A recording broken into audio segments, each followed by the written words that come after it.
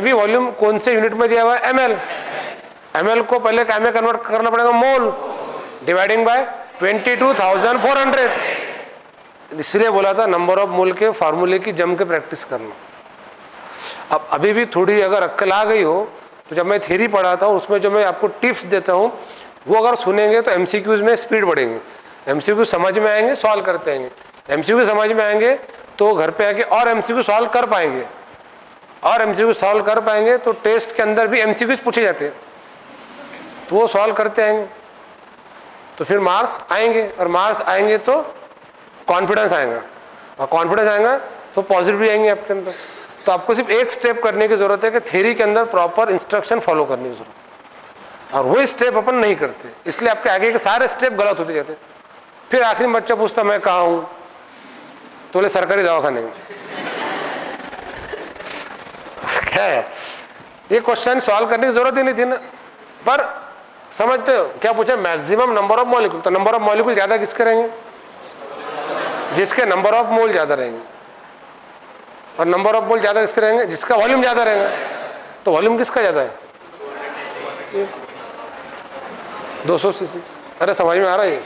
हाँ, ये क्वेश्चन कब होता कि अगर कहीं वॉल्यूम दिया रहता, कहीं वेट दिया रहता, कहीं ग्राम एटम दिया रहते, कहीं एएमयू दिया रहता, तो आपको एक एक का सॉल्व करके निकालना पड़ता। अरे समझा के?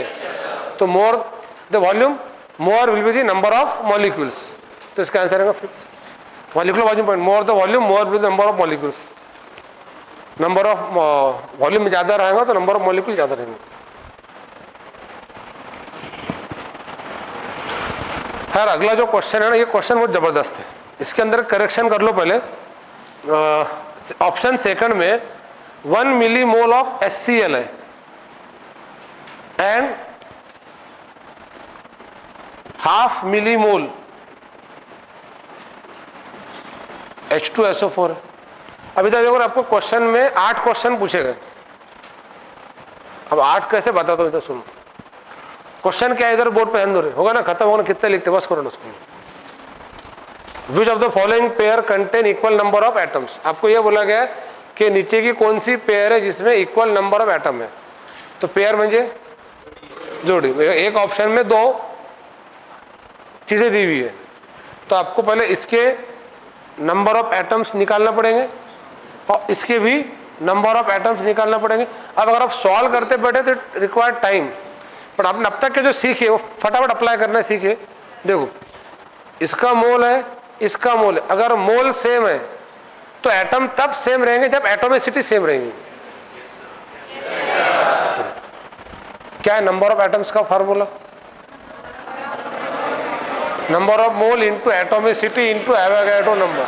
अगर मोल सेम है और एवोगाड्रो नंबर तो सेम ही रहता सबके लिए, ऐसा तो नहीं कि वाटर के लिए अलग है, H2O2 के लिए अलग है, सिर्फ फिर क्या आएगा एटोमिसिटी। अगर x into y into z में x सेम है, z सेम है, y भी सेम रहा तो x into y into z क्या आएगा? सेम आएगा।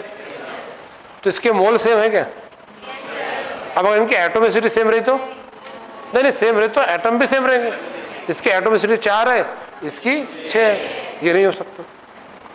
बोला 1 millimole and 0.5 millimole, mole same है क्या? नहीं, सेम नहीं है, सेम नहीं है। 1 मिलीमोल है, 0.5 मिलीमोल है। क्या पूछा गया आपको? Number of atoms. आपको क्या करना पड़ेगा? मिलीमोल को मोल्स में कन्वर्ट। तो क्यों कन्वर्ट? पहले एटोमिसिटी चेक कर लो ना। इसकी एटोमिसिटी HCl की, अरे बाप रे, 3 बोले 1। अच्छा होगा मैंने ये नहीं दिया, नहीं तो बोले 3.5। जब एटोमिसिटी डिफरेंट आ रही, देखो मोल डिफरेंट है, 1 मिलीमोल 0.5 मिलीमोल, चलो ठीक है मान लिया। तो मोल अगर डिफरेंट है तो एटोमिसिटी भी इसके अंदर डिफरेंट आ रही, इसकी 2 आ रही, इसकी 7 आ रही। तो ये कॉम्बिनेशन के बैठे नहीं मोल से एटम से आने के लिए। अगला ऑप्शन देखेंगे 11.2 cc ऑफ नाइट्रोजन एंड 0.015। अब देखो यहाँ पे क्या करना है, 11.2 cc ऑफ नाइट्रोजन, तो 11.2 upon 22,400 into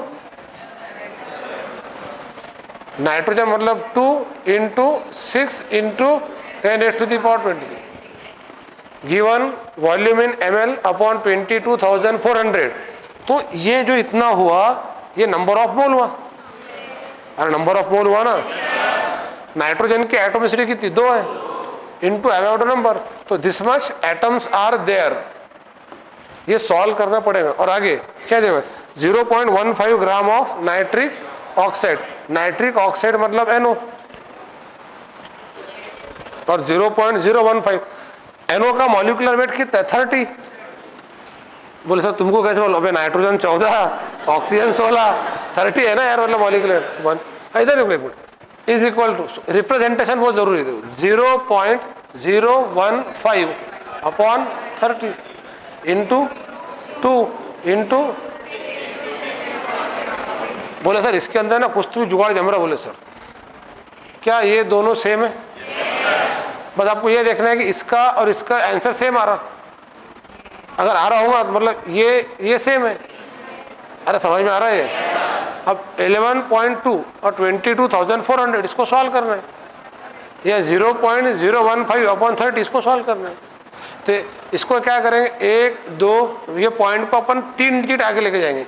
11200 into 10⁻³ upon 22,400 it is equal to 1/2 into 10⁻³ अब इसको देखो ना 1 2 3 it is equal to 15 upon 30 into 10⁻⁻। और जम गए। अरे समझ में आ रहा है क्या? मतलब जस्ट इमेजिन करो ये क्वेश्चन कितना खतरनाक है कि इसमें आपको हर इसके नंबर ऑफ एटम्स निकालना पड़ रहा। तो ठीक है ये तो आपको समझदार थे कि आपको पता है कि मोल सेम रहे, बाद में एटम तब सेम रहते जब एटोमिसिटी सेम रहती, वो पहले पता है। ये कट गया।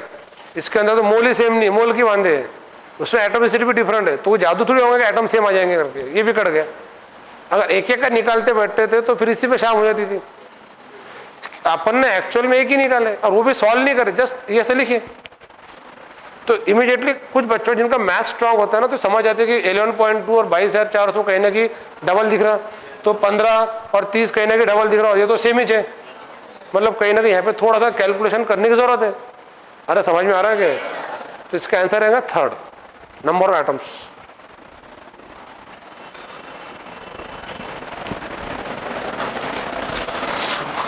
ये क्वेश्चन खुद को सॉल्व कर जाना चाहिए अगले वाला। इधर CO2 का वेट कितना देगा 4.4 ग्राम और H2 का वॉल्यूम कितना देगा 2.24 और मिक्स करने बाद में क्या पूछा नंबर ऑफ मॉलिक्यूल। इधर देखो जस्ट लिसन, सुनो इधर अच्छे से। यहाँ पर ये ओरली समझा के दे रहा हूँ, खुद को आ जाएंगे करते हुए। CO2 और इधर CO2 और हाइड्रोजन दिया गया। CO2 का वेट दिया गया, मॉलिक्यूलर वेट से डिवाइड करो, नंबर ऑफ मोल आ जाएंगे। बस रुक जाओ अभी। और हाइड्रोजन का वॉल्यूम दिया गया। वॉल्यूम किस यूनिट में दिया गया? जब वॉल्यूम लीटर में दिया जाता है तो नंबर ऑफ मोल का फॉर्मूला क्या है? Given volume in litre upon 22.4। अरे बराबर है कि नहीं है? तो इसको अपन मोल में कन्वर्ट करो, फिर दोनों मोल को ऐड करो और उसको एवोगाड्रो नंबर से मल्टीप्लाई करो, दैट इज टोटल मॉलिक्यूल्स। मतलब क्वेश्चन ये बोला गया कि 4.4 gram carbon dioxide is mix with 2.24 litre of hydrogen, then the number of molecule in the mixture will be. तो आप पहले दोनों के डाटा पर से मोल निकालो, उसकी मोल की एडिशन करो और फिर दोनों के मोल की जो एडिशन है उसका एवोगाड्रो नंबर से मल्टीप्लाई करो। सॉल्व करते आएंगे। ये कुछ भी नहीं करना है, बस 4.4 अपॉन 44 करना है, 2.24 अपॉन 22.4 करना है, ये दोनों को ऐड करना है, एवोगाड्रो नंबर से मल्टीप्लाई करना है। चलो ठीक है, very good.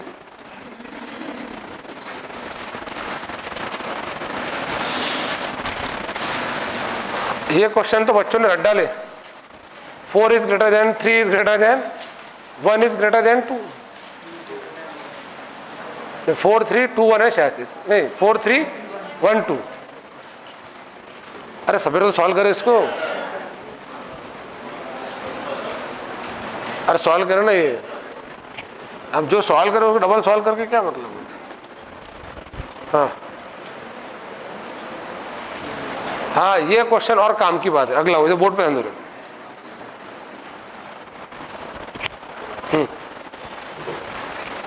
Which has the highest मास।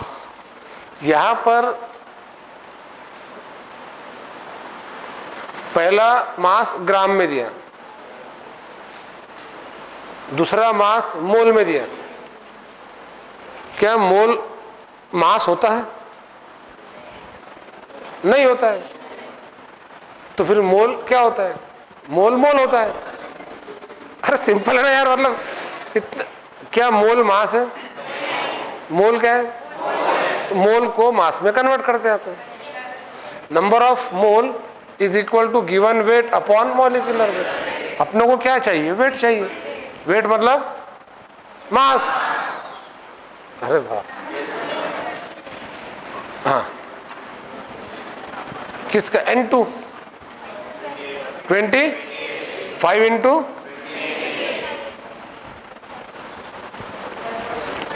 हाँ जो भी है, जो भी है 150 तो होता, 30 रहते तो 10 कम 140 और 140। अबे यस सर नहीं, 140 ग्राम, दिस इज 28 ग्राम तो 140 ग्राम, इसका 140 आ गया। अरे समझ में आ रहा है? अब आप बताओ 140 ग्राम ज्यादा है कि 50 ग्राम ज्यादा है? क्या बात है, क्या वेरी गुड। अब 0.1 ग्राम एटम।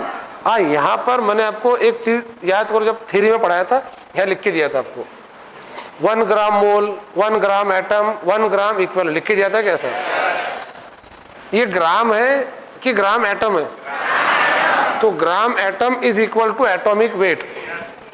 सिल्वर का एटॉमिक वेट कितना है? तो 1 gram atom is equal to 108 gram. तो 0.1 ग्राम एटम मतलब 0.1 डिजिट पीछे। अरे इसके लिए रेफरेंस फार्मूला ये है कि 1 gram atom is equal to 108 gram silver. अब सिल्वर है करके 108 क्यों बंधेगी?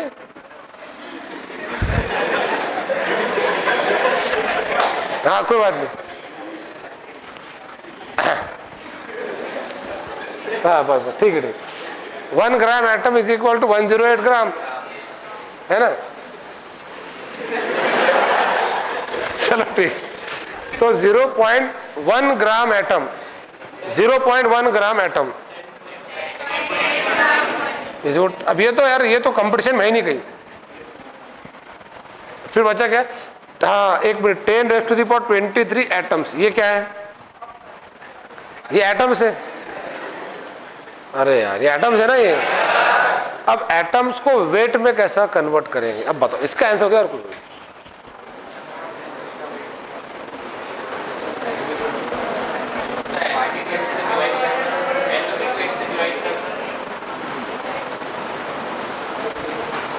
हाँ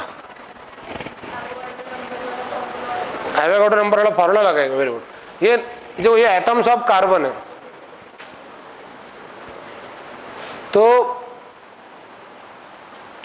यहां पर अब एक फॉर्मूला बताता मैं, बहुत सिंपल टेक्निक बताता। एवोगाड्रो नंबर ऑफ एटम्स, हाँ डिवाइडेड बाय, क्या बात है, बहुत ही जबरदस्त है। नहीं सही बता उसने, एकदम एग्जैक्टली वही बता जो मैं बताने जा रहा था। शॉर्टकट बता देते।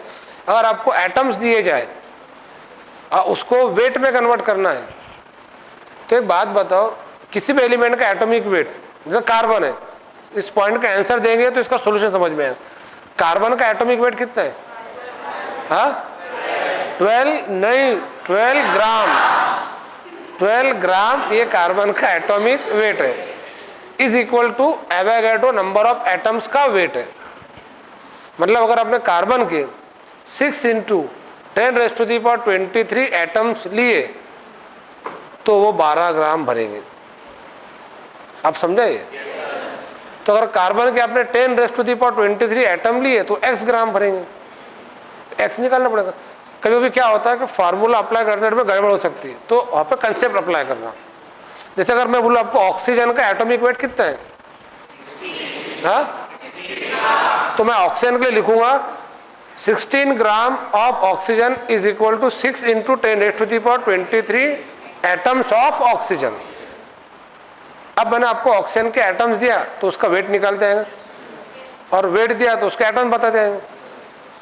Avogadro number of atoms is equal to atomic weight. अरे समझ में आ रहा है ये? For any element Avogadro number. तो मैं यहाँ पे ना ये इस पॉइंट को थोड़ा लिख के इधर देखो रे, 6 × 10⁻³ atoms is equal to 12 gram. For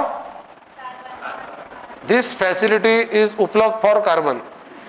मतलब ये सुविधा सिर्फ कार्बन के लिए अवेलेबल है। 12 ग्राम, वह 16 करते तो ऑक्सीजन हो जाएगा। सो अब आपको एटम कितने दिए गए? 10⁻23।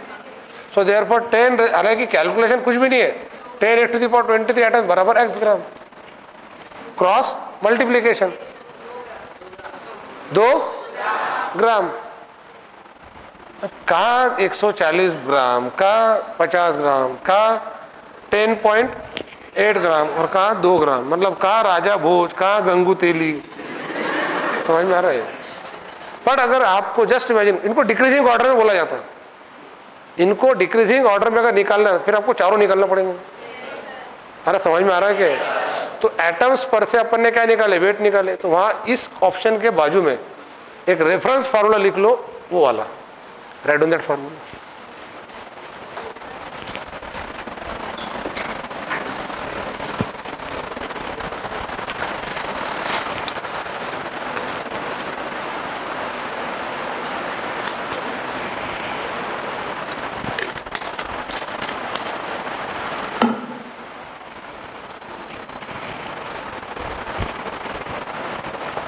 चलो आज ये एमसीक्यू कंप्लीट करना है, केमिकल बॉन्डिंग स्टार्ट करना है आज।